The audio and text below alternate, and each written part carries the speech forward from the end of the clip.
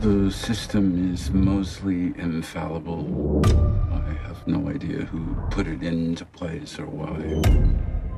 But it works. You live, you die. You live, you die. You live, you die. Tudo bem, meus caros drugs? Sejam bem-vindos a mais um podcast com a minha opinião e minha nota no final do vídeo. E hoje vamos falar do filme Chariot, em bom português, Reencarnação, Falha no Sistema. Um filme com ideias maravilhosas, mas que é prejudicado pela execução de seu próprio universo. Mas antes de continuar, peço por favor para você deixar seu like para não esquecer. É rápido, não custa nada e você estará me ajudando bastante. E se você gostar deste conteúdo e ainda não for inscrito, se inscreva, pois toda semana sai conteúdo novo por aqui e você vai poder receber em primeira mão.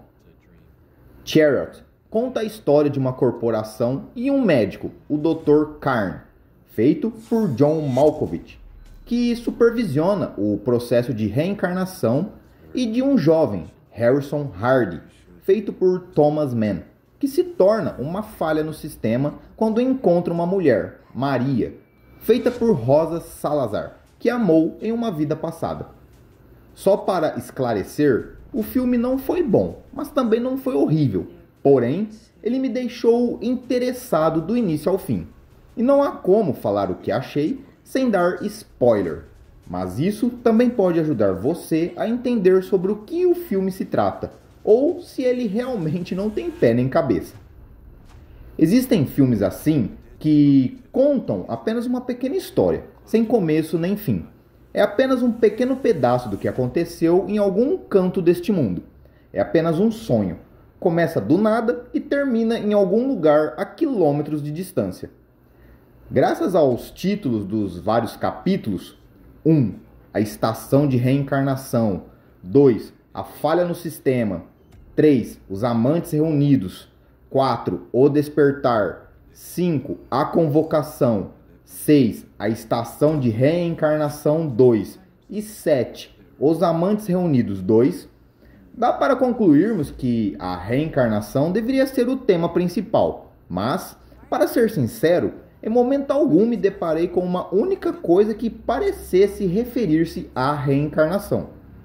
Posso dizer que se trata de sonhos, seja o significado psicológico dos sonhos recorrentes, como a formação de uma ponte para memórias reprimidas da infância, ou mesmo de uma forma mais surrealista, comparando a própria vida a um sonho.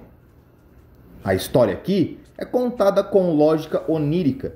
Ela pinta conceitos mundanos sobre uma existência intermediária desconhecida e dá dicas sobre os personagens sem revelar muito. Em outras palavras, é um conjunto particularmente complexo de pontos da trama que não podem ser desvendados de forma clara e precisa. O quarto vazio de Harrison é um reflexo de quem ele era antes. O apartamento bem decorado de Maria é um reflexo de sua existência anterior. Por que existe um segundo Rory? E o que isso tem a ver com a existência dele? O que ele deveria ser? Para que servem as máscaras com trombas? O que está acontecendo na cena final? O ciclo ainda continua, mas de uma forma diferente?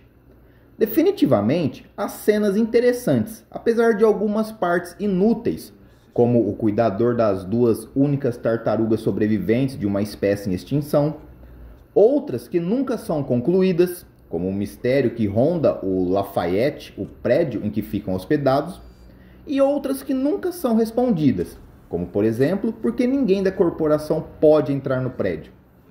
Apesar do início intrigante, uma espécie de torre medieval deserta em pleno Velho Oeste, e que mais tarde será revelada como o centro da reencarnação, existindo por todos os tempos, ou algo assim, há tanta estranheza a qual você tenta prestar atenção, como o homem flutuando, a festa que Maria dá com todos aqueles convidados estranhos reunidos, sua amiga Lauren, feita pela maravilhosa Scott Taylor Compton, cujo corpo também é habitado por um homem de 56 anos chamado Oliver, a mulher mascarada cantando no terraço, ou os gritos de socorro de Maria que saíram de vários telefones diferentes.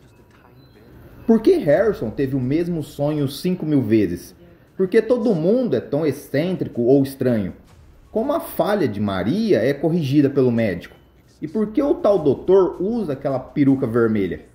À medida que o filme avança, nenhuma dessas perguntas é respondida. Em vez disso, mais e mais perguntas são feitas. E quando finalmente o doutor começa a explicar o que está acontecendo, ele diz: Não sabemos como funciona ou quem fez isso, mas simplesmente funciona. Você morre, você nasce e então morre. Será que essas coisas talvez fossem sobrenaturais? Ou o filme inteiro era um grande sonho? Todos esses elementos confusos para, no final, ficar sem nenhum significado ou explicação atribuído a eles. Mas, ao mesmo tempo, Maria mostra a Harrison que essas coisas são absolutamente mundanas e aceitáveis. Então, o doutor explica a Harrison que, não, Maria não existe. Harrison estava de fato morto e em processo de reencarnação, mas amou uma Maria em uma vida anterior. E o sonho representava sua incapacidade de se desapegar.